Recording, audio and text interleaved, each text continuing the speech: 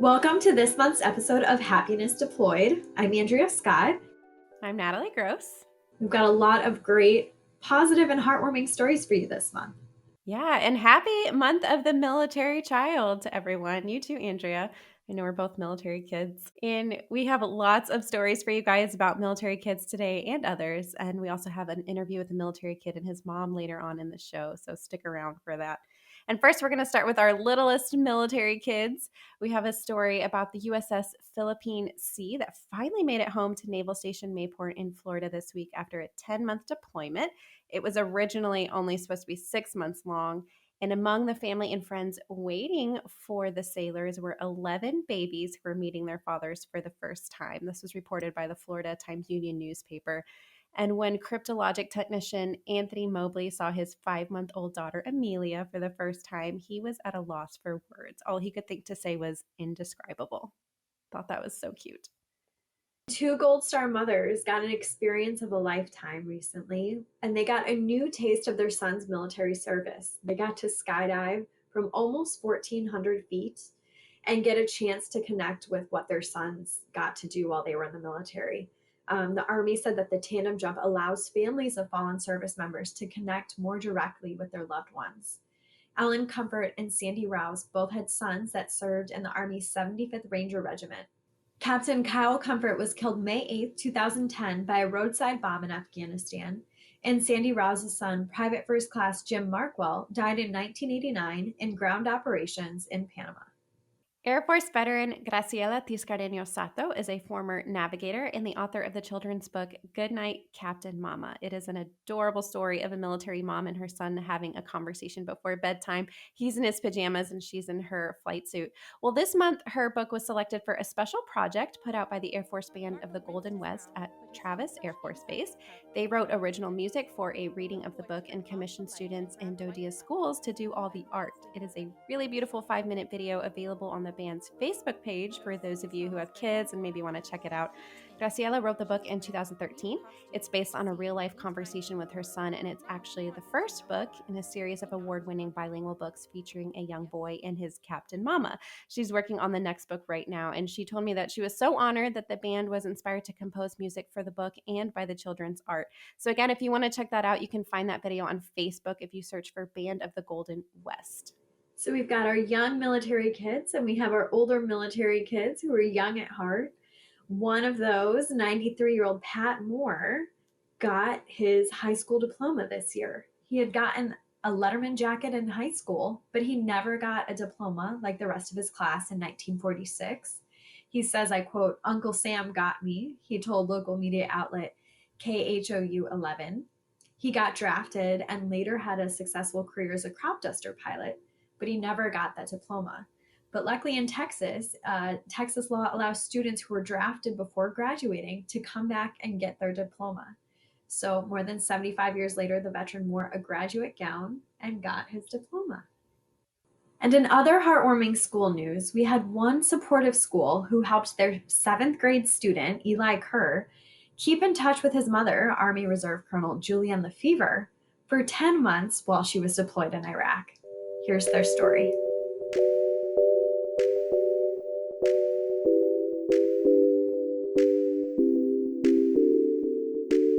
So I'm here with 7th grader Eli Kerr and his mom, Colonel Julianne Lefevre, who is in the Army Reserve.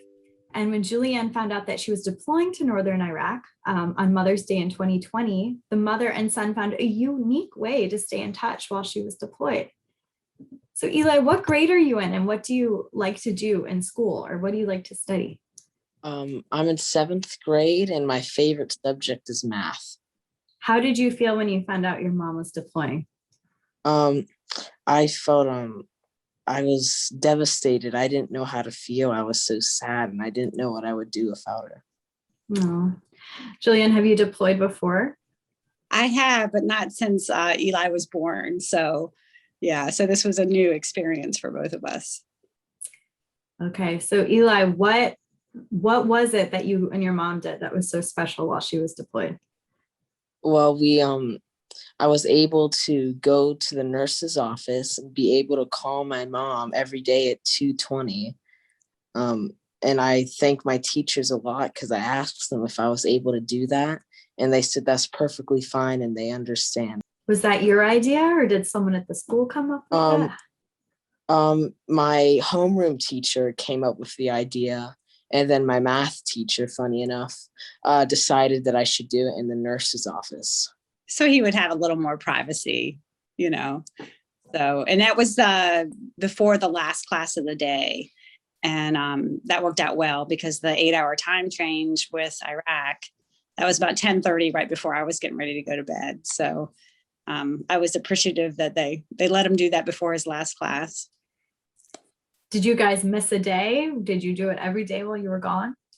We actually were able to do it every day while I was gone. Yeah. So they weren't in school. They in the spring, obviously, when COVID hit. So they went virtual and, you know, we could talk every day there and FaceTime every day. But then in September, when they went back in person, yeah, I mean, I think she suggested it probably the first week. And she's like, yeah, he's got to talk to his mom every day. So that was really fun because he got to go to the nurse's office and then people would come by for Band-Aids and like cold packs. And so he ended up kind of being the nurse's assistant a little bit.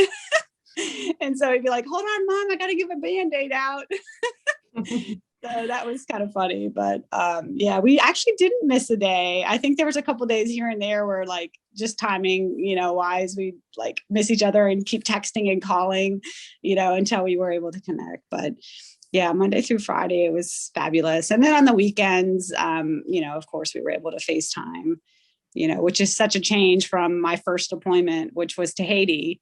And, you know, there was like one morale call a week, you know, our whole unit shared the same phone. We had to sign up for a time to call, you know, we were limited to 10 minutes a call, you know, and that certainly with this deployment, and I would say more recent deployments, people can use FaceTime and, you know, have internet connection and, you know, so you get to see the person and you can call kind of whenever you want. So definitely technology has changed over time. And, you know, I know when I was in Haiti, this was 1994, that was my first deployment.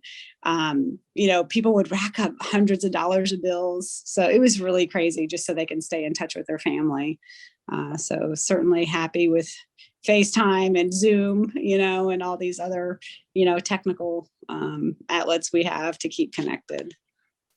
What is it that you do in the Army Reserve and how did this work with your daily schedule? So when I was deployed, I was responsible for bringing supplies into, so I was in northern Iraq and bringing supplies into Syria, which is just a border country. And the special forces or special operation forces, they had 10 bases in Syria. So we would, you know, bring in water, you know, ammunition, you know, vehicles, whatever supplies they needed to fight ISIS. So that was my job there, you know, and since I've come home, you know, as most reservists, you kind of, you know, change positions. And so now I'm in Richmond and I'm the G8, which is basically the budget officer for a training division. How many years have you served? It's almost 28. So wow. Just 20. Yeah. Julianne, how did it change your deployment to get to talk to your son every day and see his face? Oh, I can't tell you. I mean, especially during the week, because we were really struggling, you know, since obviously we work in a secure environment and, you know, getting all types of intel and working closely with the special operation forces. I couldn't bring my phone into my workplace.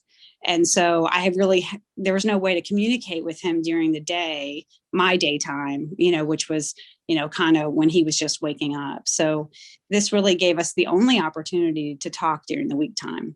So it made the biggest difference. You know, when she suggested it, I emailed her right away. I said, oh, this is a great idea. Thank you so much. You know, and so yeah, I really, really appreciate actually the whole St. Thomas More School. They've all been so supportive and, you know, just trying to keep us connected. And, you know, the school has a lot of military. We're not the only ones. I think, you know, with COVID going on, it kind of just, you know, it might've been, you know, a one-off situation, but yeah, it really changed the pace of my deployment because that was the last 4 months I was in country. So, and he went back to school because in March he was at home. So that was a little bit easier.